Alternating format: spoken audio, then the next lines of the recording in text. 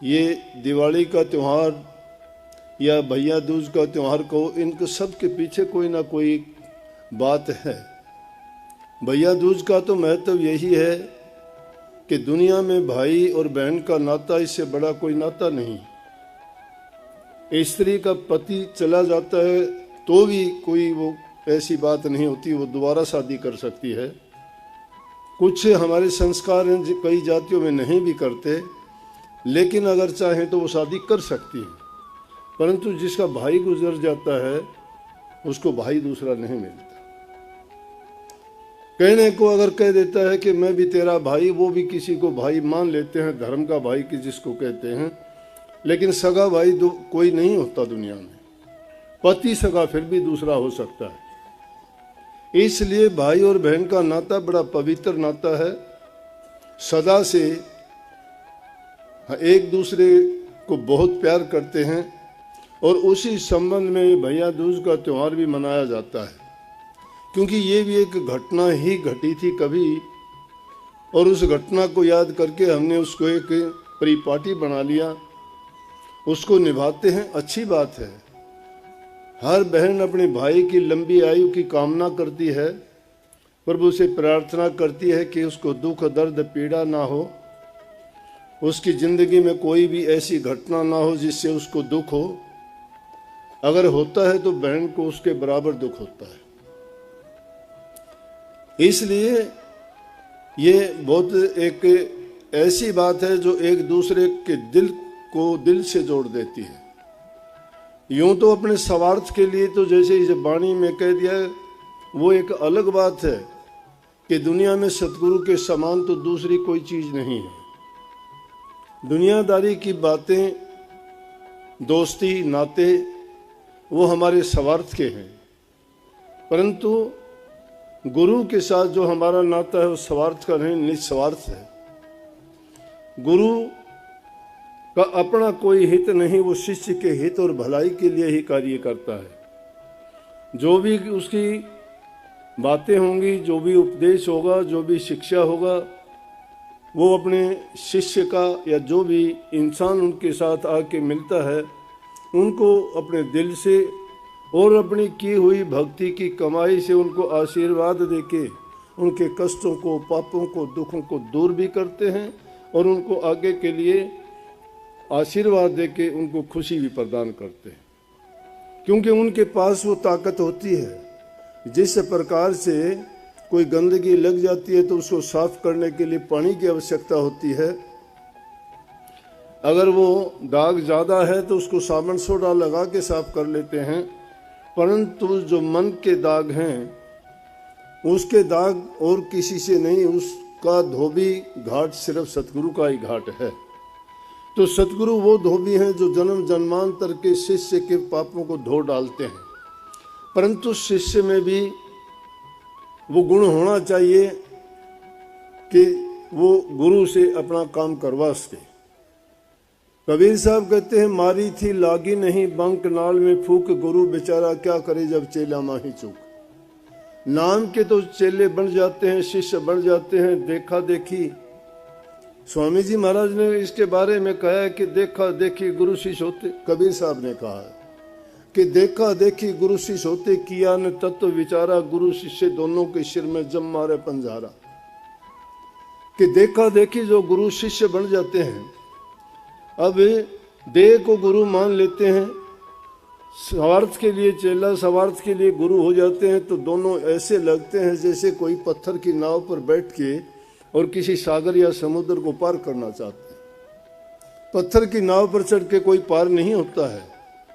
पार होने के लिए तो वो वास्तविक नाव चाहिए जो पानी में नहीं डूबती है।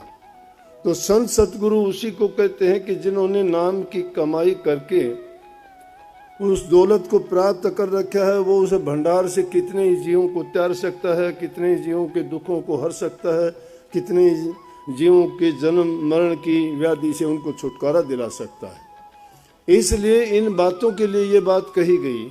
जिसने ये कही गई वो जींद का एक सेठ था, 70 साल की उम्र में, शायद उससे भी 1-2 साल पहले ही 65-67 साल की उम्र में मेरे पास आया घर परिवार में सब उसके राजी खुशी, सब कुछ अच्छा था। आके कहने लगा मैं आपसे नाम की दीक्षा लेना चाहता हूँ। देख लिया, उम्र इतनी होने के बावजूद जो इंसान आता है वो सब निरख परख करके ही आता है, दुनिया के सारी चीज़ों को देख लेता है। इस दुनियादारी में जितने भी उन्होंने कार्रवाई करनी थी, ब्याह शादी, बच्चे, संतान, घर परिवार, रिश्ते नाते सब निभाए और कहने लगा कि अब मैं भक्ति करना चाहता हूँ ताकि दुनियादारों के लिए, रिश्तेदारों के लिए, अपने संतान और परिवार के लिए मैंने बहुत कुछ कर दिया, लेकिन मैंने अपनी ज़िंदगी में मेरे लिए कुछ नहीं किया है।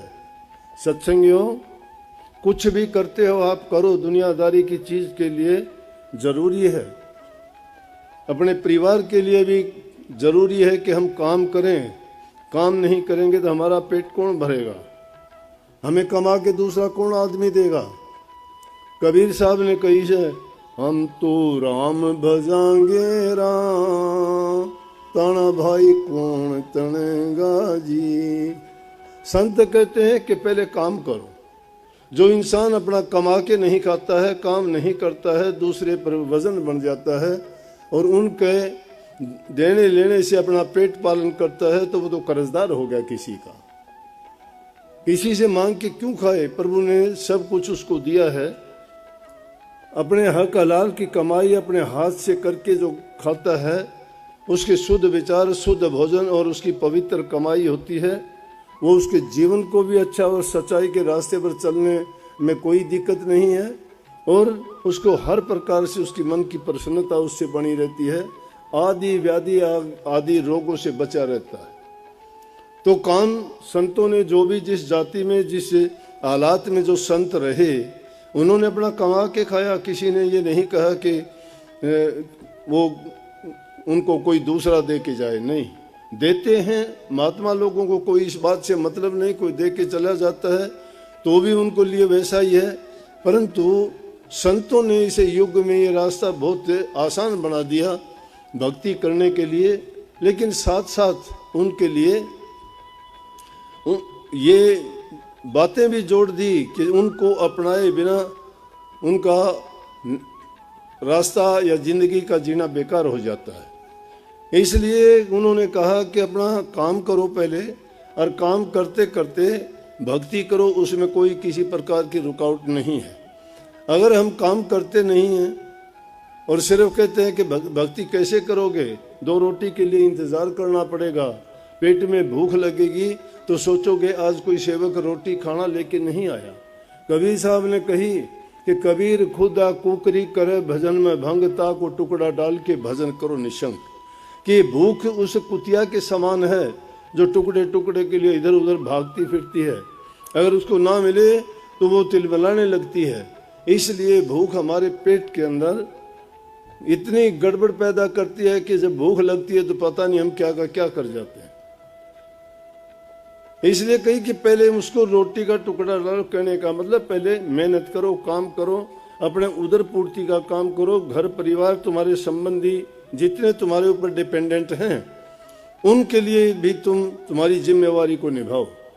तो रामनारायण था जींद का सेठ मैंने कही, कहने लगा जी मैंने सारी जिम्मेवारियां निभा दी हैं, अब मैं मेरे लिए काम करना चाहता हूँ और मेरे लिए मैंने जान लिया है कि सिर्फ भक्ति ही मेरा कल्याण और उद्धार करेगी, और वो बिना गुरु के ज्ञान के नहीं मिलती।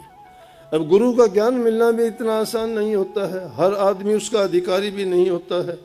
जैसे अपने महात्मा लोग बैठे हुए हैं, ये एक महात्मा था, वो जाया करता गांव में और घरों में जाके अलग जगह के अपनी भिक्षा लेके आ जाता था। संत सच्चे इतने होते हैं कि वो किसी को भ्रम में नहीं डालते।